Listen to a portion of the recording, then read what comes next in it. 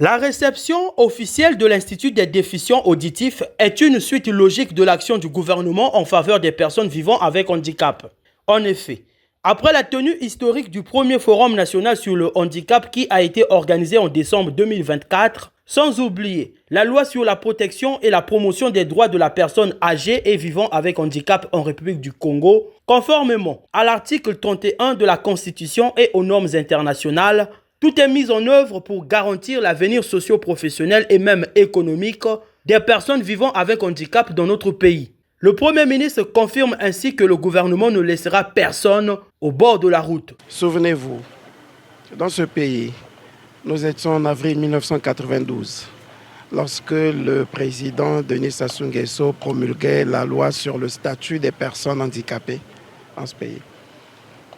Souvenez-vous que nous étions en 2021, lorsque le 6 mai, par loi numéro 13, 2021, le Parlement autorisait la ratification du protocole à la Convention des droits de l'homme et des peuples, et particulièrement les droits des personnes vivant avec handicap.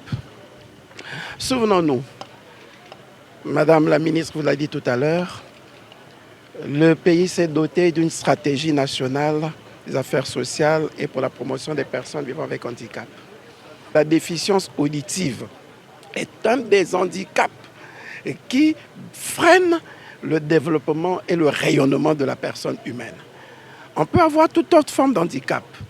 Nous tous, nous portons des handicaps. C'est pourquoi je n'aime pas qu'on les appelle des personnes handicapées, mais c'est des personnes vivant avec handicap, comme vous et nous avons des handicaps qui ne sont peut-être pas visibles. Tout comme ceux qui ont des handicaps moteurs. Mais ceux-là, ils peuvent se développer, ils peuvent étudier sans problème, ils peuvent faire toute forme d'activité intellectuelle. Mais les déficients auditifs ont des difficultés à s'adapter à l'éducation, à l'apprentissage.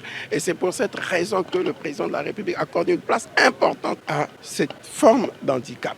Nous venons donc ici, non pas pour montrer la matérialisation de cette vision du président de la République, de cette prise en charge par le gouvernement des personnes vivant avec handicap et des déficients auditifs, mais nous venons aussi célébrer la collaboration avec les autres partenaires, le partenariat public-privé, mais au-delà, l'engagement sociétal de certaines entreprises qui savent que l'État ne peut pas tout faire seul et que l'État mérite d'être accompagné et que la plus-value que les entreprises obtiennent pouvait être affectée à des œuvres sociales de promotion, d'éducation, de socialisation, d'insertion, d'inclusion en faveur de l'ensemble des forces. Parce que, comme je l'ai toujours dit, tous les enfants peuvent réussir et tous les enfants doivent réussir.